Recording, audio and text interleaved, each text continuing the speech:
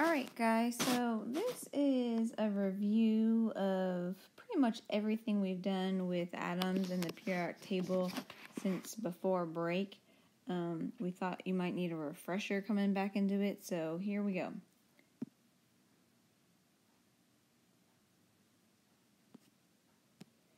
Alright, so we talked about some of these scientists originally and their theories about atoms and what they look like and all the different parts. So this is going to review that.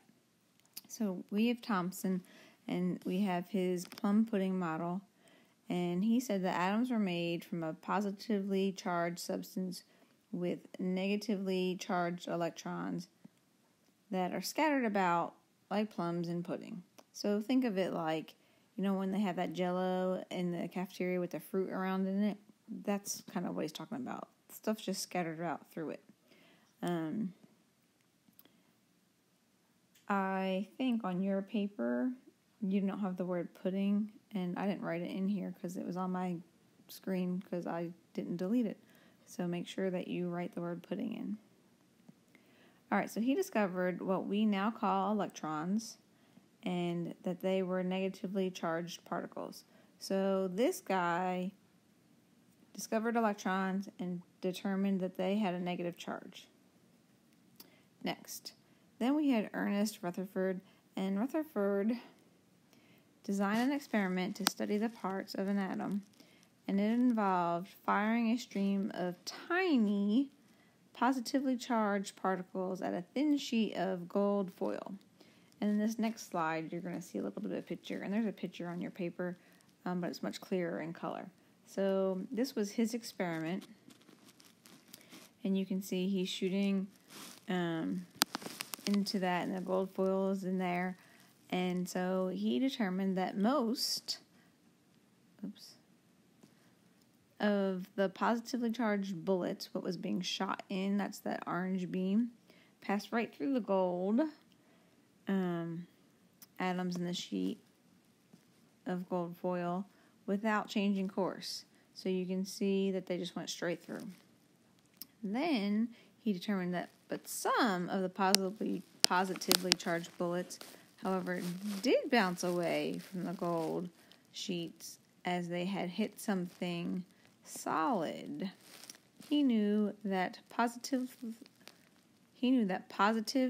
charges repel positive charges. So I think we've talked about this before, like magnets. Okay, so write that down and I'll show you in class what that looks like. So Rutherford, going on with him, this could only mean that gold atoms were mostly open space. So atoms were not a pudding filled with a positive charged material. So the original theory was positive charged everywhere, but that can't be true because positive repels positive. So he concluded that an atom had a nucleus, and that was very tiny and extremely dense and had positively charged center. So this is what he determined here, and then we know those are the positive and these green ones are the negative. So these are two contributors to determine how atoms are formed. The negative charged particles were scattered outside the nucleus around the atom's edge. So that's what he determined. So moving right along.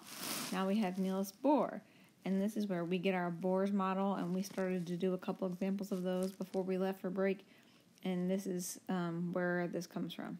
According to Bohr's atomic model, electrons orbit around the nucleus in certain paths or energy levels, much like planets orbit the sun. So you can visualize that. And so what we do for our Bohr's models are based on his discoveries, look all the way back to 1913, but we have discovered more recently. So the modern theory is that electrons do not travel in certain paths, and the exact paths cannot be predicted. Instead, there are electron clouds and the regions inside the atoms where electrons are likely to be found. So that's where we get, here's our nucleus, and we know, oh, well, there's going to be 2 electrons on this energy level, and there's going to be more on this energy level, and they don't sit still. This Bohr's model is flat, but the real theory is that it is 3D and they move continuously. Oops, I think I went too far. Hold on. Let me go back.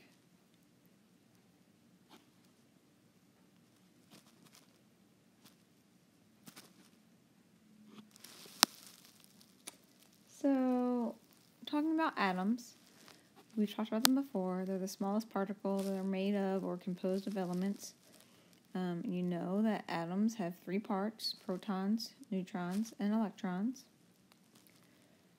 Alright, so I had this really cool animation and I flew in all this stuff, and I have it on a different video, so I'm going to attach a second video, and you'll have to just watch it separately and draw it right there on the right hand side in that big open space on your fun sheet where it says the atoms make up let's draw. You're going to draw and color coordinate it later, so we'll come back to that. Alright, so we have protons, and we know that protons have a positive charge and they're found in the nucleus.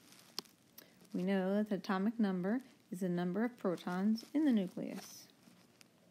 So there's our atomic number. Alright, so then we move on to neutrons. We know that neutrons have no charge, or they're considered to be neutral. They're also found in the nucleus. To determine the number of neutrons, you have to, the number of neutrons are found by subtracting the atomic number from the atomic mass. So you know that there's actually no neutrons in hydrogen because there's only 1 proton. So there's nothing to repel itself against. So there are no neutrons. This is the only atom. So this is actually a bad illustration to have here. But we'll talk more about those. And look, atomic number, atomic mass. Alright, so electrons have a negative charge and surround the nucleus inside the electron cloud. So if we think about Bohr's model, there's our nucleus, there's our energy levels, and we know they're going to show up on our energy levels. Okay. So this is just a little side note that you should know what this means and why they are what they are. But the atomic mass is mass of an atom, and it's expressed in atomic mass units. And what that is, it's the SI unit used to express the mass of particles in an atom. And so it's broken down numerically for you here. That 1 proton is 1 AMU, and so then a neutron would be 1 AMU, and electrons are much smaller there. Alright, so this also expressed was not filled out on mine, but you have a blank, so make sure you fill it out there. And also, I went out of order, so I hope you figured that out as well. Sorry. I meant to tell you that beforehand. Express, mass, and atoms. You had to fill in all 3 of those words. My bad. Alright, so on your paper where you have all that big empty space, go ahead and just sketch you out this element and fill in the, label it, atomic number, element symbol, element, atomic mass. So just draw you a little square and write the 1, the H, the hydrogen, and 1.00794 and label those parts.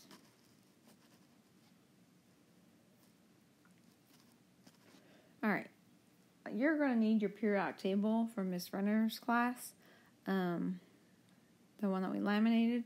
So get that out if you can, because otherwise you're going to have a hard time finishing this activity. So we're going to look at lithium, and we know that When we find it on our periodic table, its atomic number, its element symbol is Li. Its atomic number is 3. So if you haven't found it, if it's 3, it's towards the top. It's actually right under hydrogen. And then we know that the atomic mass is 6.9. But what do we do with decimals when we're talking about atomic masses? We round them up or down, but in this case we're rounding up. So this one's atomic mass is 7. And if the atomic number is 3, that means there's 3 protons. And if there's 3 protons, we know there's 3 electrons. And then to determine the number of neutrons, you take 3 from 7 and you get 4. So there are 4 neutrons in this atom. All right, next example.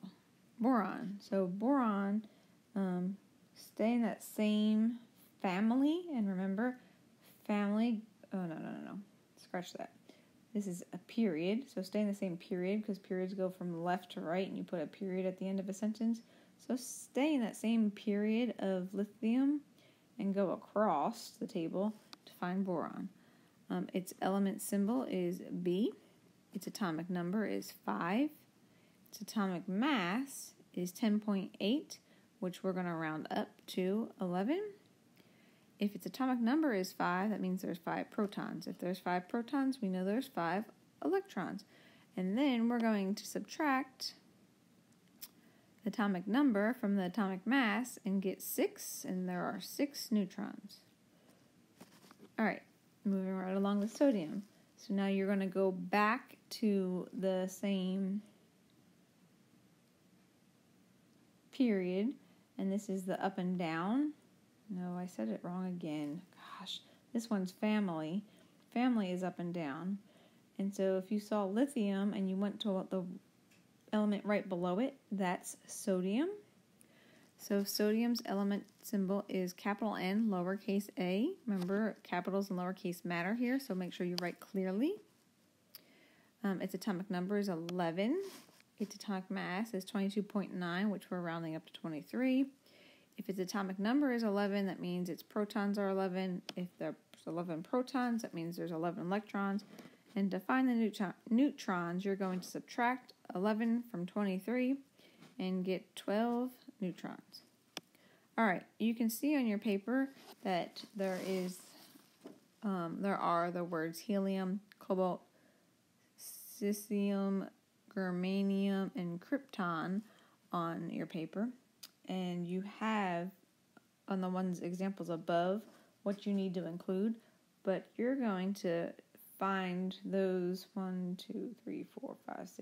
7 things. You have the element name, so 6 things, and fill them out on that space on your paper for those 5 remaining elements.